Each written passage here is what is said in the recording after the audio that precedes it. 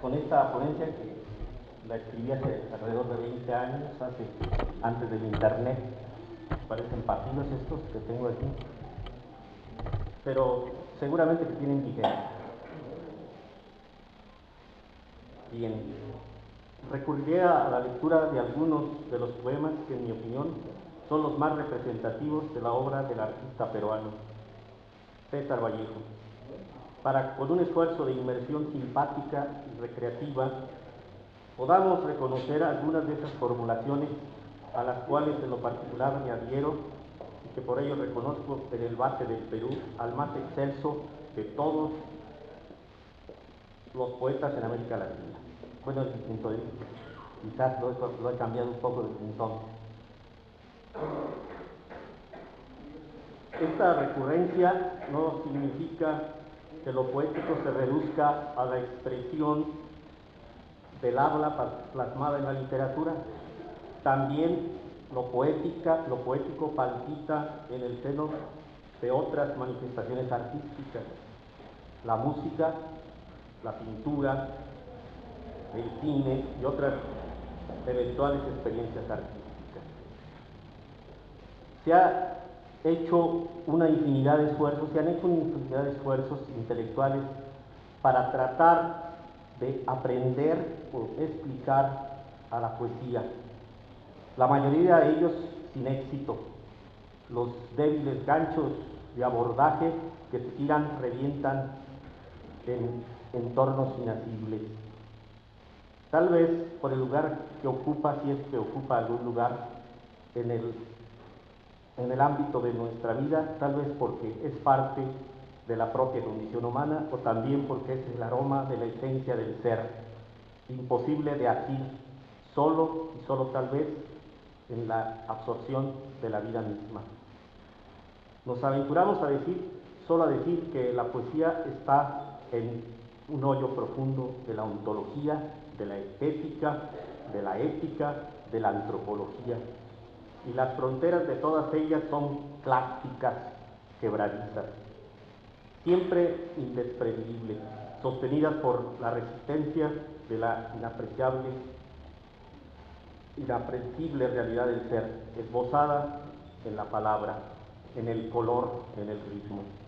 Los más recientes de aquellos esfuerzos incurren casi siempre en la justificable explicación poética de la poesía, es decir, en las a veces involuntarias analogías, símbolos, metáforas para dar cuenta de este fenómeno. Digo fenómeno porque ocurre en virtud de una energía vital interior. Desde luego que estos intentos no son criticables, al contrario, es la prueba del deseo de que no se evapore su inefable aroma. Algunos estetas, perdonen la palabra, han formulado y vuelto a formular a desechar algo que se aproxima a definirla. Desde luego estas observaciones no son estrictamente mías, tengo que poner comillas. Octavio Paz, en su libro se llama, no recuerdo exactamente, ahorita les digo, la poesía, el arco y la lira. La poesía es conocimiento, salvación, poder, abandono, operación capaz de cambiar al mundo, método de liberación interior, revelación de este mundo para crear otro, plegaria al vacío, exorcismo. En su seno se resuelven todos los conflictos: experiencia, intuición, locura, éxtasis, caracol en donde resuena la música del mundo, enseñanza moral, voz del pueblo, palabra del solitario. Otros la entienden, a mi juicio, como una función fabulatoria de la inteligencia, función que preserva y se inserta en el mundo. Imaginémonos a alguien que de pronto apareciera y nos dijera la verdad del hombre, de la naturaleza, del universo. Creo muchos moriríamos como partidos por un rayo al descubrir la superflua grandeza de toda obra humana, porque sería una revelación ya sabida, pero nimbada por la razón, erigida como hija primogénita de la cultura. Parece ser, entonces, que la verdad humana está en el interior del hombre, en la subjetividad. Sócrates y Epicuro lo sabían. Pero podemos adherirnos a todas estas formulaciones porque son expresiones de algo vivido y padecido, y lo más importante es vivir. Yo me atrevo a decir también, condenado al fracaso, que la poesía es un árbol solo, imaginado en medio de la selva oscura, un grano de arena movido por el viento en el desierto. Habrá pues que interrogar los testimonios directos de la experiencia poética para asir algo de ella a través del trato desnudo con el poema. En primer lugar, Paz objeta que no todo poema, obra construida bajo las leyes del método, contiene poesía. Dice que solo son poemas cuando las estrofas, metros y rimas han sido tocadas por la poesía, y que hay poesía sin poemas, paisajes, personas y hechos suelen ser poéticos, solo cuando la poesía se da como una condensación del azar, pues una cristalización de poderes y circunstancias ajenas a la voluntad creadora del poeta.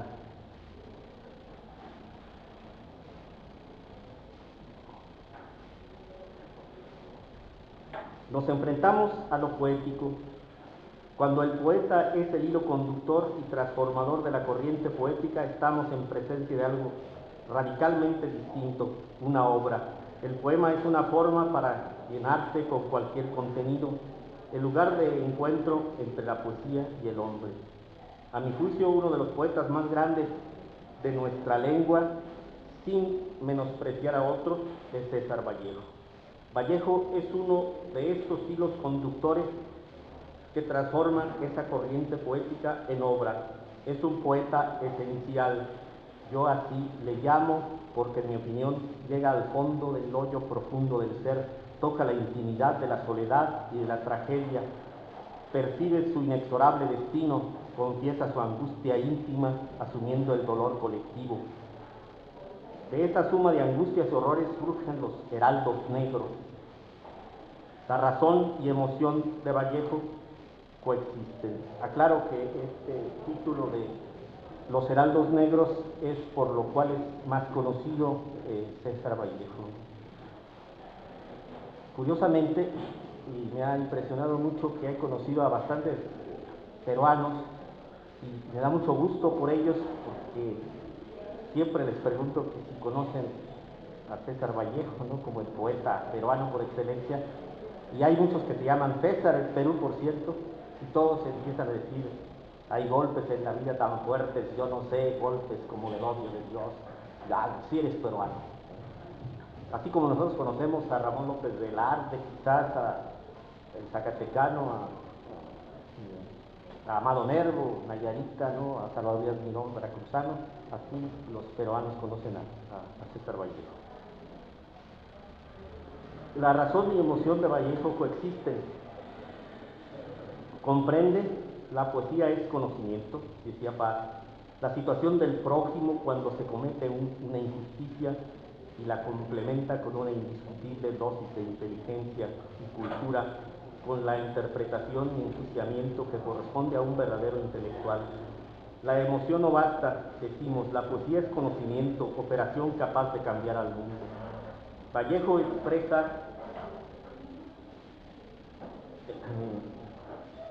expresa su comprensión de las fuerzas de la terrible realidad en una de sus más conocidas y celebrados poemas, Los Heraldos Negros. Y así dice el poema: hay golpes en la vida tan fuertes, yo no sé, golpes como del odio de Dios, como si ante ellos la resaca de todo lo sufrido se emposara en el alma, yo no sé. Son pocos, pero son. Abren zanjas oscuras en el rostro más fiero y en el lomo más fuerte. Serán tal vez los potros de bárbaros Atilas, o los heraldos negros que nos manda la muerte. Son las caídas hondas de los cristos del alma de alguna fe adorable que el destino blasfema. Esos golpes sangrientos son las crepitaciones de algún pan que en la puerta del horno se nos quema, y el hombre, pobre, pobre, pobre, vuelve los ojos como cuando por sobre el hombro nos llama una palmada. Vuelve los ojos locos y todo lo vivido se emposa como un charco de culpa en la mirada. Hay golpes en la vida tan fuertes, yo no sé. En César Vallejo, poeta peruano, nacido en 1892, la muerte es un personaje que forma parte de su propia vida, la dota del tetricismo que emerge de los conceptos católicos, desde el poema liminar hasta los últimos contenidos en canciones del hogar. La presencia de la muerte es una constante que sobrecoge y hace reflexionar. Para ello, un ejemplo, espergesia se llama así, una palabra extraña, espergesia se llama, dice así, yo creo que nos va a gustar esto. Yo nací un día que Dios estuvo enfermo. Todos saben que vivo, que soy malo, y no saben desde diciembre de ese enero, pues yo nací un día que Dios estuvo enfermo. Hay un vacío en mi aire metafísico que nadie ha de palpar, el claustro de un silencio que habló a flor de fuego. Yo nací un día que Dios estuvo enfermo. Hermano, escucha, escucha, bueno, y que no me vaya sin llevar diciembre, sin dejar eneros, pues yo nací un día que Dios estuvo enfermo. Todos saben que vivo, que mastico, y no saben por qué mi verso chirrían oscuros sin sabor de féretro, hundidos vientos, desenroscados del esfinge preguntona del desierto.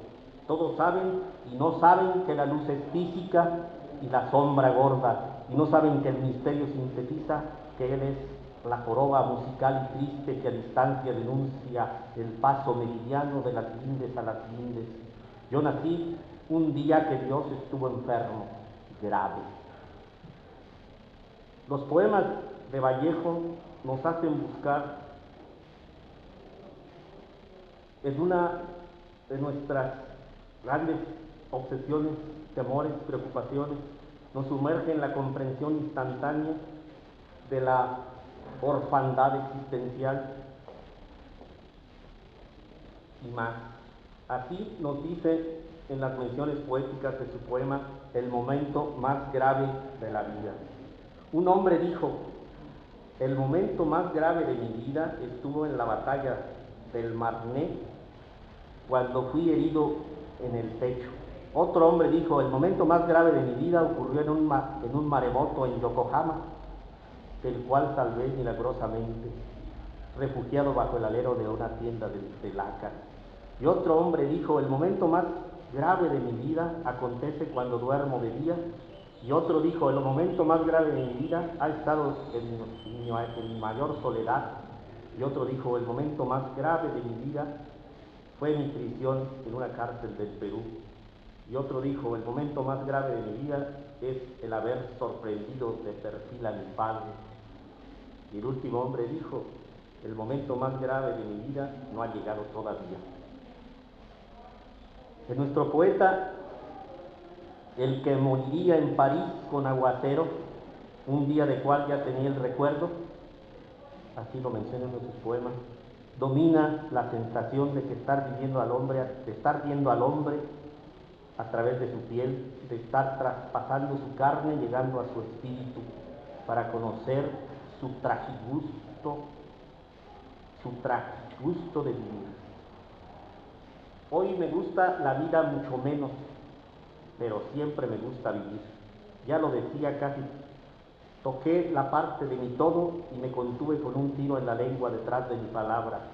Hoy me palpo el mentón en retirada y en estos momentáneos pantalones yo me digo: tanta vida y jamás, tantos años y siempre mis semanas, mis padres enterrados con su piedra y su triste estirón que no ha acabado, de cuerpo entero, hermanos, mis hermanos, y en fin, mi ser parado y en chaleco.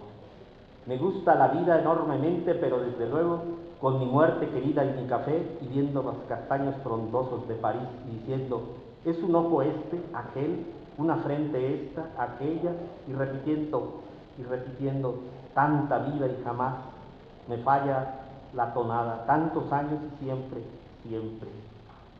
Dije chaleco, dije todo, parte, ansia, dije casi, por no llorar, que es verdad que sufrir en aquel hospital que queda al lado, y está bien y está mal haber mirado de abajo para arriba mi organismo.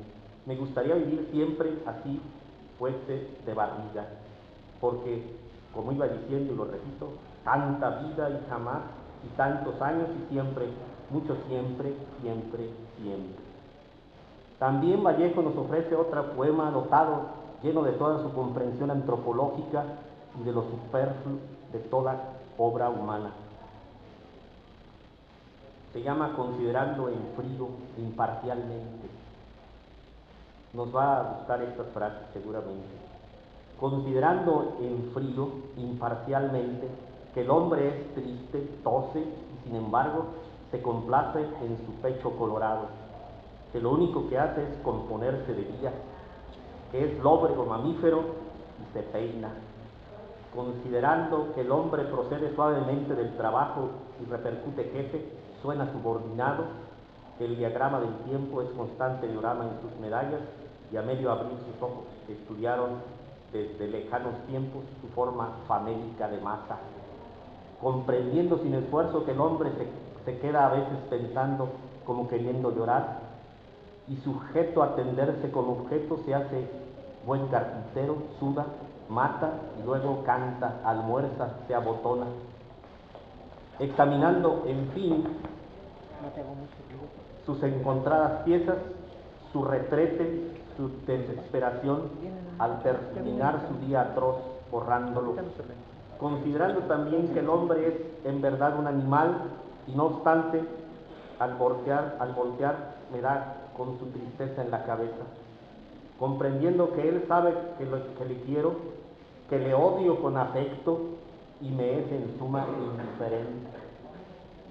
Considerando sus documentos generales y mirando con lentes aquel certificado que prueba que nació muy pequeñito, le hago una seña, viene y le doy un abrazo emocionado. ¿Qué más da? Emocionado, emocionado. Las formulaciones que preceden a las menciones poéticas de César Vallejo me confirman la autenticidad de su poesía.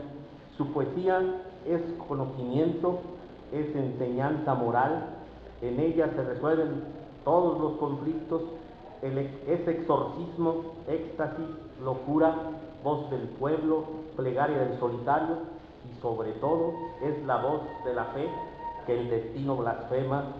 César es tal vez el hombre que imaginamos. Hasta aquí.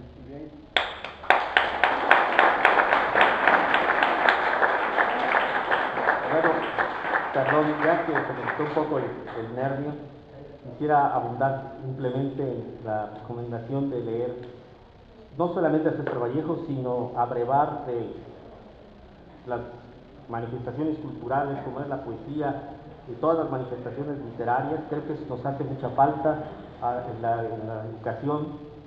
Creo que por ahí es el camino para desarrollar nuestras capacidades intelectuales, mejorar nuestra vida espiritual en su más amplia expresión, y hacer, con el fin de hacer más habitable este mundo y todo lo que nos rodea, y desarrollar esta sensibilidad que nos está haciendo falta para resolver los problemas acuciantes que tenemos en nuestro México querido, desafortunadamente gobernado por pillos en muchas ocasiones, y que existe mucha potencialidad en México en todos los aspectos, muchísima potencialidad. Y recuerdo expresiones que nos dicen y nos dejan consternados por no saber, por no llevar a cabo lo que tenemos que hacer todos. Para terminar, quiero recordar a un gran poeta mexicano y que Octavio Paz lo considera este poema como uno de los mejores poemas patrióticos, que se llama Suave Patria, que nos expresa esta potencialidad de nuestro México, ¿no? Que dice: suave patria, tu superficie es el maíz y tus minas el palacio del rey de oro, y tu cielo las garzas en desliz y el relámpago verde de los loros. En otra estrofa, y que viene muy a colación por lo que estamos viendo: Dios te escrituró un establo y los veneros de petróleo el diablo. Entonces, para terminar, agradezco que me hayan permitido hablar y espero que todo sea en éxito esta expresión.